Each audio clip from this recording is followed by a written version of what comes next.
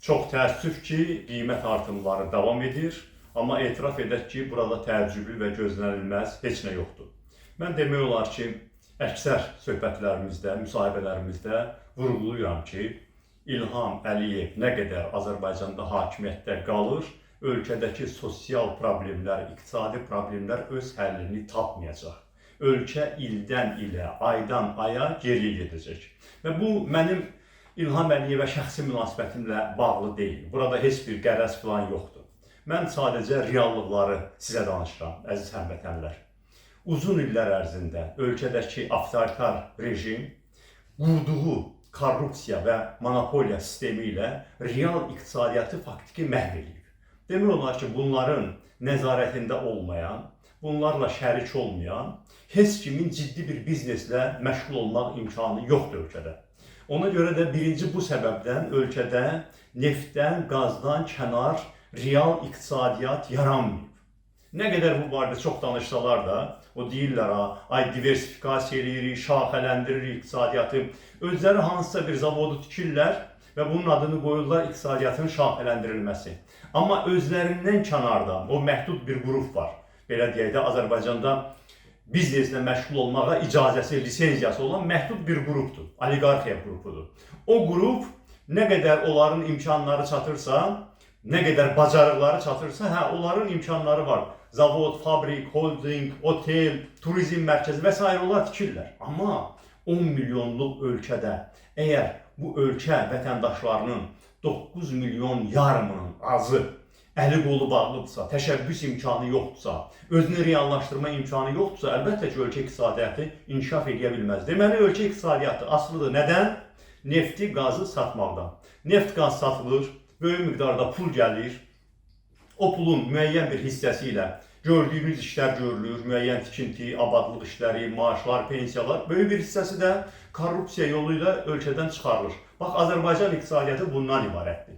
İndi son vaxtlar bu sistem artıq işləyə bilmir. Niyə görə işləyə bilmir? Ona görə ki, vurğulamışıq, bir daha deyək bunu. Azərbaycanın neft istehsalı ildən ilə azalır və bu belə də davam edəcək. Üstəlik, son bir ildə qiymətlər də düşməyə başlayıb və ehtimal olunur ki, bu da ən azı bir neçə il belə davam edəcək. Beləliklə, neft gəlirləri azalır, amma Azərbaycanda axı elə bir hökumət yoxdur ki, o real iqtisadiyyat yaratsın, rəqabət mühiti yaratsın, real iqtisadiyyatdan real vergilər toplansın. Bax, bu səbəblərdən deməli, ölkə iqtisadiyyatında gerçək bir geriləmə var. Və bu da büdcə toplanışlarına təsir göstərir. Ona görə də Azərbaycan hakimiyyəti bu saat İlham Əliyevin iqtisadi komandası ancaq bu işlə məşğuldur. Deməli, müəyyən bir müddətdən bir fırlanırlar, qiymətləri artırırlar.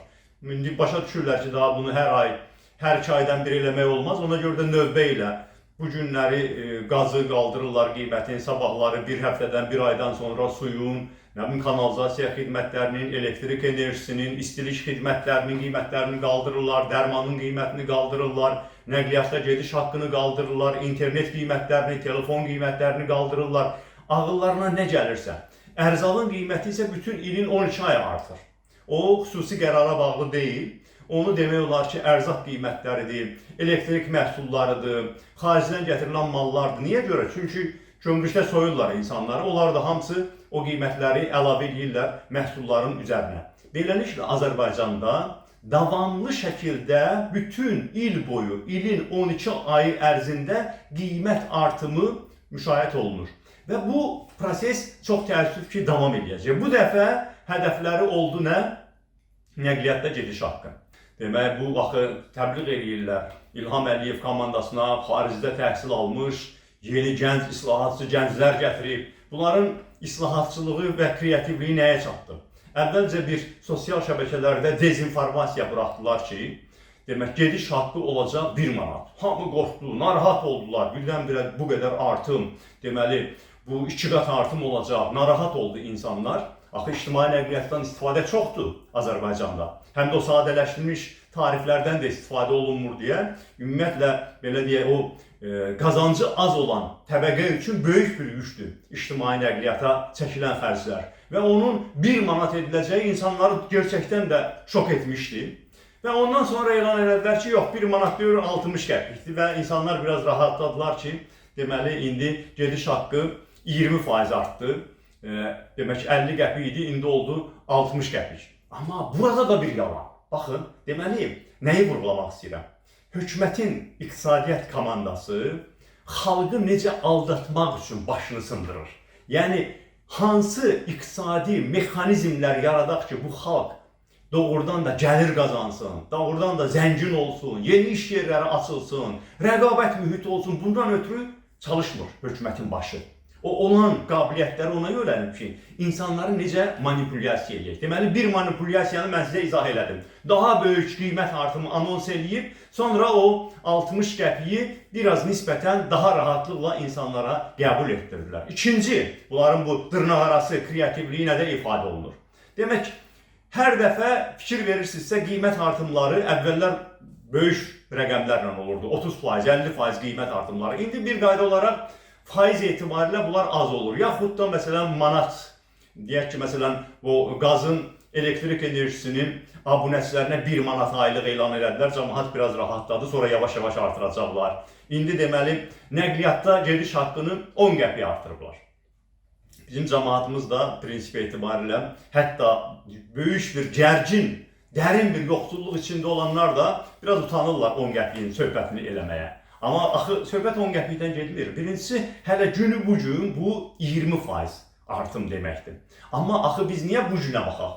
Cəmi 1 il, 2 ay bundan qabağa qədər, deməli bu demək 40 qəpik idi. 40 qəpik idi. Onu qaldırdılar 50-yə. Cəmi 1 il, 2 ayın ərzində 40 qəpikdən gəlib çıxdıq 60 qəpiyə. Nə qədər oldu artım? 50%. Amma biraz da qabağa geçsək, 2023-cü ilin demək, fevral ayına qədər ümumiyyətlə 30 qəpik idi. İndi baxın görün, 2 ildən biraz artıq müddətdə nə qədər oldu artım? 102 dəfə. 100% artım. Deməli, 23-cü ildə 30 qəpik olan gediş haqqı gəlib çıxdı 60 qəpiyə. Nə qədər müddətdə?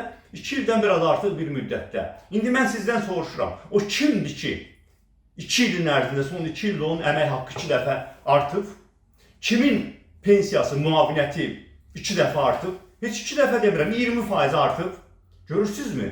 Azərbaycan cəmiyyətinə, əhaliyə necə acımasız yanaşırlar və insanları o kiçik dozalarla qiymət artımına alışdırıb, sonra deməli bütün dövlətin yükünü insanların çiyninə yükləyirlər. Cərimələrlə də belədir. Hər bir neçə aydan bir yeni cərimə növü icad edirlər və nəticə etibarilə milyard manatdan artıq hər il cərimə toplanır.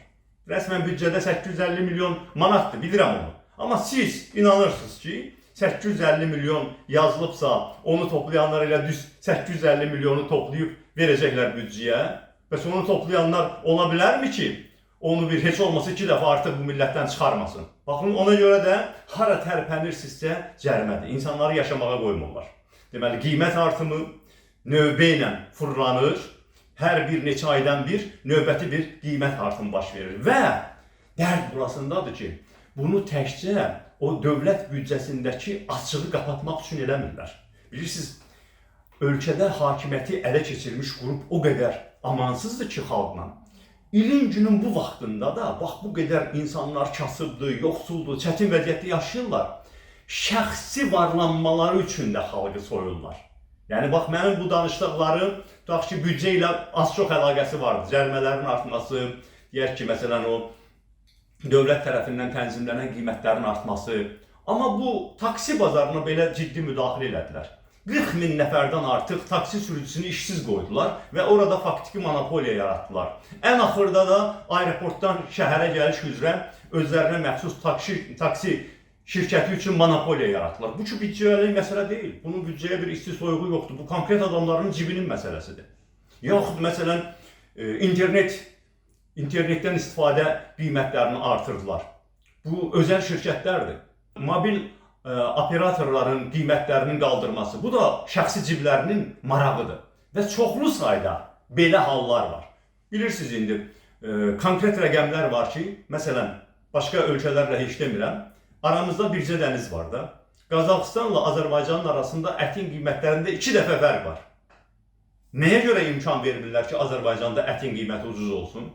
Eləcə də bütün başqa məhsulların hamısı monopoliyadadır. Mən bizi izləyən sadə vətəndaşdan soruşuram. Onun imkanı çatarmı? Hətta mayası olsa da kimsə tutaq ki, ona pul verib. Gedib həmin o Azərbaycandan 2 dəfə ucuz olan əti Qazaxıstandan gətirib Azərbaycanda satsın. Bunların çevrəsində olmasan, bunların bir parçası olmasan, o imkan varmı? Yoxdur. Ona görə də qiymətlər Azərbaycanda məhz monopoliya səbəbindən də 2 qat artırılır. Yəni bir səbəb nisbətən obyektivdir. İqtisadiyyat yoxdur da. Bunu bu 22 illik İlham Əliyev hakimiyyətinin böyük uğursuzluğu sayaq ki, bu qədər müddətdə, bu qədər qeyri-neft sektorunun inkişafından danışıb, amma nəticə etibarilə ölkədə heç bir real qeyri-neft sektoru yaranmayıb. Və indi neft tutarır və biz görürük ki, bizim heç real iqtisadiyyatımız yoxdur. Bunu tutaq ki, bu uzun illik bir nəticədir. Amma günü bu gün axı. Bax, o monopoliyanı ləğv eləməklə, yaxşı, bu uzun müddət 20-30 il istədiyinizi eləmişsiniz bu millətlə. Milyardları siz qazanmışsınız, toplamışsınız, daşımışsınız ölkədən, offşorlara. Bu millətin də böyük əksəriyyəti yoxsulluq içində.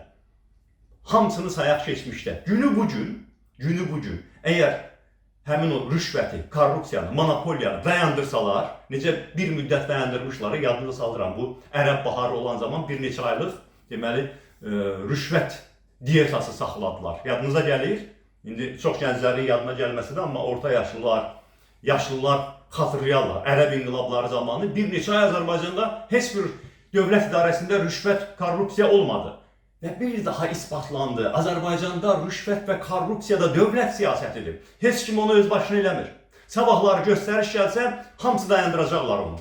Bax, o göstəriş gəlsə, birdən-birə Azərbaycanda qiymətlər ciddi şəkildə düşə bilər. Yəni, bunu ona görə deyirəm ki, mən, problemin hamısı obyektiv deyil. Kimsə düşünməsin ki, daha neyə? İndi bundan belə bizim neftimiz artmayacaq ki, görünür bizim elə taleyimiz belədir. Xeyr, bəs o dərmanı sənə nəyə görə 6-7 dəfə baha qiymətə satırlar? Bəs o dünya bazarındakı məhsullar ki var, biz onsuz da nə istehsal edirik? Hamısı xaricdən gəlir də. Onu biz nəyə görə Gürcüstandan, Türkiyədən, Qazaxıstandan, ətrafımızda olan ölkələrdən dəfələrlə artıq qiymətə almalı oluruq? Deməli, həmin bax, o rüşvət, korrupsiya sistemidir. Bəs niyə bunların hamısı baş verir?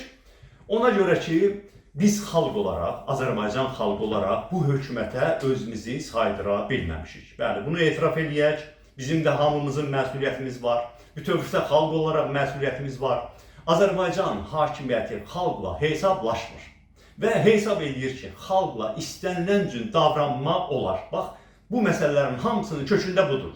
Bugünkü yoxsulluğun, bugünkü kasıblığın, işsizliyin, xalqa qarşı etinasız münasibətin, bu bahalığın arxasında xalqa saymazyana münasibət var.